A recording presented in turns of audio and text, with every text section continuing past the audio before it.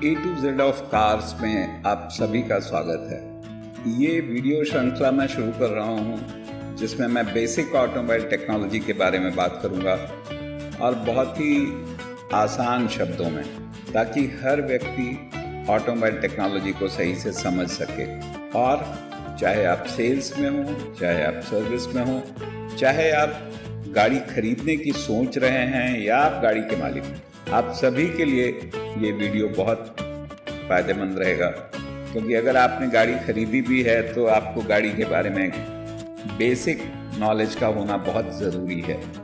आज हम शुरुआत करेंगे, सबसे पहला टॉपिक कार बॉडी से हम स्टार्ट करेंगे। और कार बॉडी के अंदर सबसे पहले हम बात करेंगे कार चेसिस के बारे में। तो जैसे हमारे शरीर को एक आकार और मजबूती देने के लिए हड्डियों का एक ढांचा दिया गया है, जिसे हम नरकंकाल भी कहते हैं, इंग्लिश में स्केलेटन भी कहते हैं। तो स्केलेटन की ही तरह गाड़ी में चेसिस होता है। गाड़ी के चेसिस का काम जो है गाड़ी के शरीर को सही आकार देने के काम आता है। साथ के साथ जैसे हमारे नरकंकाल के अंदर जितनी भी सबसे नाजुक हिस्से होते हैं हमारे शरीर के, वो उस हड्डियों के घेरे के अंदर होते हैं। इसी तरह से जो गाड़ी के सबसे नाजुक चीज़ें होती हैं, जिसमें कि सबसे नाजुक होता है हमारा जो गाड़ी में बैठा व्यक्ति है, सवारियां जो हैं गाड़ी के अंदर, वो चेसिस के अंदर होती हैं। जो सबसे नाजुक पार्ट्स होते हैं गाड़ी के, वो भी सब चेसिस के अंदर, चेसिस के ऊपर फिट होता है।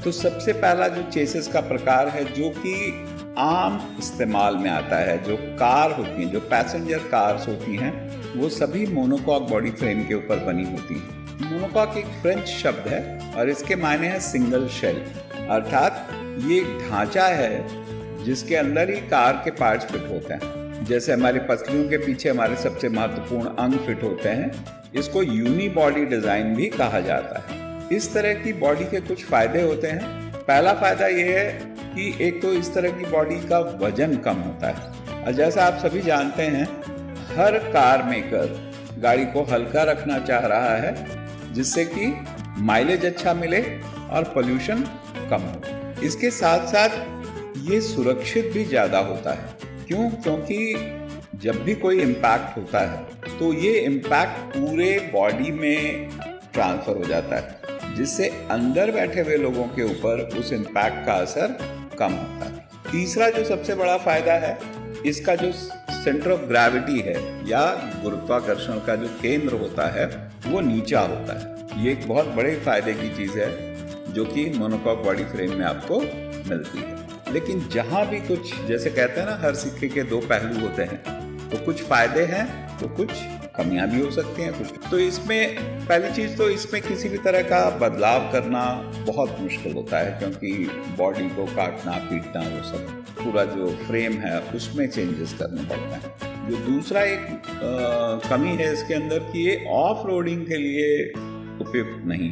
तो मोनोकॉक बॉडी फ्रेम में चूंकि इसको हल्का रखा जाता है, तो इसमें ट्विस्टिंग के चांसेस होते हैं कि बॉडी ट्विस्ट हो जाएगी, बॉडी जो है वो मुड़ जाएगी, इसलिए ऑफ रोडिंग के लिए बहुत सूटेबल नहीं होता है। और जो सबसे अच्छी बात इसके अंदर है, जो इसको बहुत सेफ बनाती है, जो इसकी सेफ्टी को बढ़ाती है, वो होता है क्रम्पल जोन्स। तो इसमें आगे और पीछे का जो हिस्सा होता है वो क्रम्पल जोन होता है, जो कि इम्पैक्ट को एब्जॉर्ब करने के काम में आता है। क्रम्पल करना मतलब जैसे अब स्पंज है, तो स्पंज पे अगर कोई इम्पैक्ट होगा तो क्या होता है, वो सिकुड़ जाता है, वो दब जाता है। तो क्रम्पल जोन का काम स्पंज की तरह, वो इम्पैक्ट को एब्जॉर्ब करने का काम करता है। इसके बाद जो दूसरा एक और प्रचलित चेसिस टाइप है, वो है लैडर फ्रेम। तो लैडर फ्रेम ज़्यादातर एसयूवीज में इस्तेमाल होता है, एसयूवीज, एमयूवीज, इस तरह की गाड़ियों में इस्तेमाल होता है।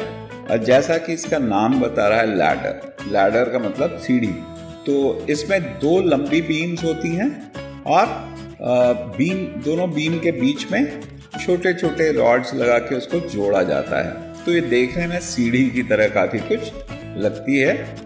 इसीलिए इसको लैडर फ्रेम चेसिस कहते हैं। जब पहले के समय में बहुत टेक्नोलॉजी विकसित नहीं हुई थी तो लैडर फ्रेम ही उपयोग में लाया जाता था, क्योंकि इसका फायदा ये कि इसके ऊपर किसी भी तरह की बॉडी बनाई जा सकती है। आपने कई बार देखा होगा ट्रक्स के चेसिस को जाते हुए, तो पीछे क्या होता है, ट्रक आगे तो खाली वो ड्राइवर का कंपार्टमेंट होता है या खाली ड्राइवर सीट पे बैठा होता है, राइट। पीछे वो पूरा लैडर फ्रेम होता है, तो उस लैडर फ्रेम के ऊपर किसी भी तरह की बॉडी बनाई जा सकती है। ये एक बहुत बड़ा फायदा इस तरह की बॉडी का है। तो इसके फायदे क्या है? पहला, इस पर किसी भी तरह की बॉडी बनाई जा सकती है। दूसरा, लोड बियरिंग कैपेसिटी इसकी अच्छी होती है, वजन ढोने की क्षमता इसकी अच्छी होती है। तीसरा जो फायदा है वो है कि इसमें किसी भी तरह का बदलाव करना बहुत आसान है, क्योंकि ये चेसिस अलग होती है, बॉडी अलग होती है, तो बॉडी में कोई भी बदलाव करना है तो आसानी से किया जा सकता है। अब इसमें कमियां क्या है? पहली कमी है कि वजन ज़्यादा होता है, ये भारी होता है।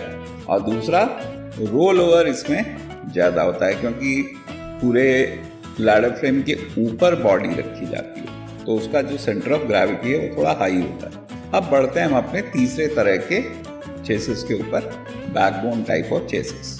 तो रीढ़ की हड्डी, तो इसका ये नाम भी बहुत कम सुना होगा आपने, क्योंकि ज़्यादातर जो हम लोग इस्तेमाल करते हैं वो मोनोकॉक और लैडर फ्रेम। लेकिन चूंकि हम यहाँ पे चेसिस, टाइप्स ऑफ चेसिस की बात कर रहे हैं, तो जानना जरूरी है आपको कि और क्या चेसिस के प्रकार होते हैं। तो बैकबोन, रीढ़ की हड्डी, तो इस तरह की चेसिस का नाम आप सभी ने शायद ही सुना हो। ये पहले इस्तेमाल की जाती थी, लेकिन आज भी टाटा ट्रक्स जो आती हैं वो बैकबोन फ्रेम के ऊपर ही आती हैं। डिफेंस के अंदर टाटा ट्रक्स, स्कोडा ने भी अपनी कई कारों में इस तरह की चेसिस का यूज किया। फायदा क्या है इसका?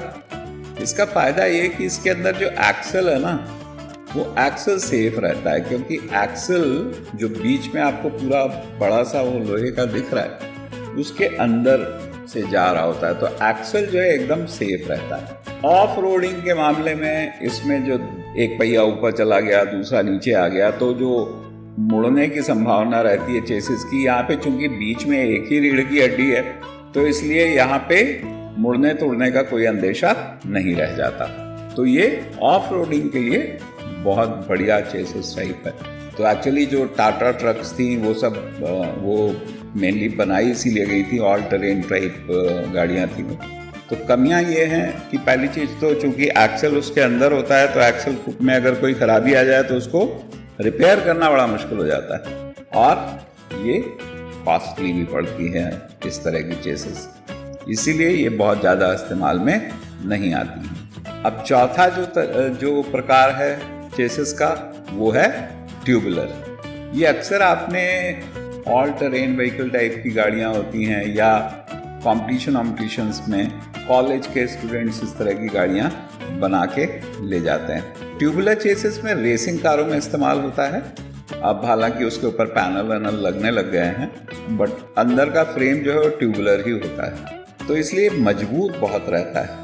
लेकिन ये डिज़ाइन जो है वो ऐसी होती है कि पैसेंजर कारों में इसका इस्तेमाल नहीं किया जाता है। ये मजबूती के साथ साथ हल्का भी बहुत रहता है। इसके नुकसान क्या हैं?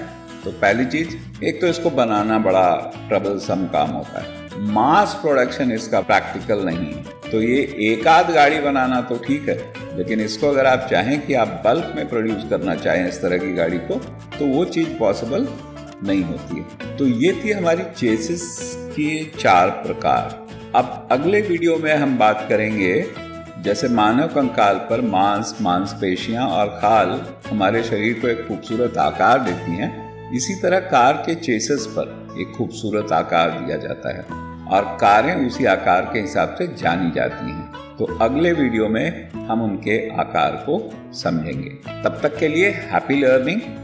सीखते रहिए, क्योंकि जिस दिन हम सीखना बंद कर देते हैं उस दिन हम जीना बंद कर देते हैं। तो सीखने के लिए हमें हमेशा उत्सुक रहिए, और ज्ञान कभी वेस्ट नहीं जाता है, तो जितना भी ज्ञान जहाँ से भी मिले उसे उठा लेना चाहिए।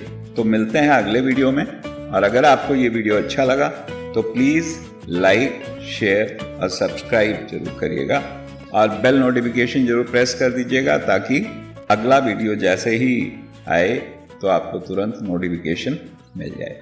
Thank you and happy learning.